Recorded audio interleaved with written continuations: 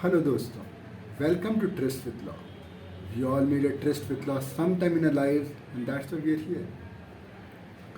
दोस्तों, clubbing of income की series में आगे बढ़ते हुए आज हम एक केस करते हैं बट्टा Kalyani versus commissioner of income tax. दोस्तों, ये 1985 का सुप्रीम कोर्ट का केस है और ये शायद इन माई मेमोरी ये पहला केस है जो हम 1961 एक्ट पे करेंगे। तो दोस्तों, इसमें सिमिलर प्रोविजंस हैं, ऑल्दो 1922 एक्ट में सेक्शन 16 में ये सब चीज़ें थी, ये सेक्शन 64 में यहाँ पर है। मैं रेलिवेंट सेक्शन जब ज़रूरत होगी मैं पढ़ के बताऊँगा। तो उसमें हुआ ये, इस केस के फैक्ट ये हैं कि बट्टा कल्याणी एक हार्डवेयर और पेंट शॉप, मतलब शी रन्स द हार्डवेयर और पेंट शॉप, और उसमें उन्होंने अपने हस्बैंड को हायर किया था। अब उसने हस्बैंड को कुछ सैलरी पे की, तो इनकम टैक्स डिपार्टमेंट ने हस्बैंड की सैलरी को भी असेसी जो है बट्टा कल्याणी उन्हीं के इनकम में ऐड कर लिया, इंक्लूड कर लिया। अब इनका ये कहना था कि ये सेक्शन 64 जो सेक्शन 64 सब सेक्शन 1 का जो क्लॉज 2 उसमें फॉल करता है। I just read this for the convenience of the audience. Section 64 talks about income of individual to include income of spouse, minor child etcetera. It goes on to say in computing the total income of any individual. दोस्तों, unlike section 16 यहाँ पर husband इस तरह की बात नहीं हो रही है, because it's the more modern version जहाँ पे इट इज़ एक्सेप्टेबल कि even the wifes can earn the total income of any individual. There shall be included all such income as arises directly और indirectly, and the clause 2 reads, to the spouse of such individual by way of salary, commission, fees or any other form of remuneration, whether in cash or in kind, from a concern in which such individual has a substantial interest।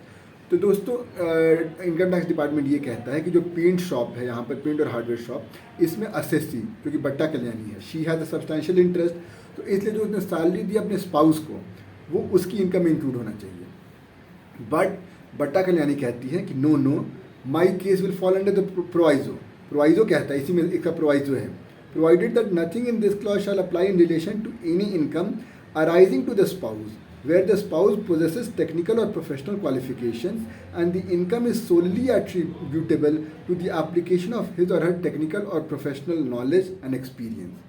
तो दोस्तों, अब ये कह रहे कि हम proviso में fall करते हैं, तो then again income tax department उसका कंटेंशन ये आता है कि यहाँ पे जो टेक्निकल और क्वालिफिकेशन की बात की, टेक्निकल और प्रोफेशनल क्वालिफिकेशन की बात की गई है, ये उसकी बात की गई, या आपको एक सर्टिफिकेट मिलना चाहिए फ्रॉम रिकग्नाइज इंस्टीट्यूशन।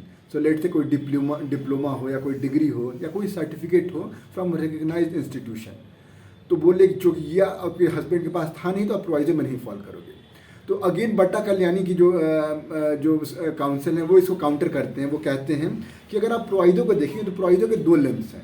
पहले लिम में income arising to the spouse where the spouse possesses technical और प्रोफेशनल क्वालिफिकेशन, और दूसरे लिम में कहा गया and the income is solely attributable to the application of his और हर टेक्निकल और प्रोफेशनल नॉलेज एंड एक्सपीरियंस। तो ये कहते हैं कि सेकेंड पार्ट में सिर्फ नॉलेज एंड एक्सपीरियंस की बात की गई है। इसका मतलब जो फर्स्ट पार्ट है उसमें सर्टिफिकेट की रिक्वायरमेंट नहीं है। इनका ये कंटेंशन है कि बस आपके पास नॉलेज हो, एक्सपीरियंस हो उस फील्ड का, दैट इज़ इनफ, अब वो सर्टिफिकेट नहीं चाहिए। तो अब कोर्ट के पास मैटर आता है और कोर्ट से कि चूंकि ये टैक्सेशन स्टैट्यूट है तो इसलिए इसका हमें स्ट्रिक्ट इंटरप्रिटेशन करना चाहिए। और इवन अदरवाइज वी नो कि ये एक प्रोवाइजो जो है, तो प्रोवाइजो होते हैं, एक्सेप्शन होते हैं, उनका हमेशा स्ट्रिक्ट इंटरप्रिटेशन ही होता है। तो कोर्ट से चूँकि सेकेंड पार्ट में टेक्निकल और प्रोफेशनल नॉलेज एंड एक्सपीरियंस की बात हुई है, since legislature use qualification in the first part, तो अगर उसको क्वालिफिकेशन ही बताना था तो यहाँ भी लिख सकता था, but it choose not to do it. तो इसका मतलब इट इज़ डेलिबरेट एक्ट, इसलिए यहाँ पर कोई सर्टिफिकेट की रिक्वायरमेंट नहीं है। But going on further court से कि यहाँ पे इसको in the facts of this case ये जो सैलरी इनको मिली है वो सोली ऑन दिस फैक्ट नहीं मिली है, और here it follows from the income tax appellate tribunal का जो फाइंडिंग थी। और कोर्ट कहता है कि it's a finding of fact and we have to rely on the fact given by income tax tribunal. We can not do fact finding at this moment, क्योंकि इससे पहले जो अपील हुई थी उस अपील में इस बात पे नहीं हुआ था कि सोली है या नहीं है।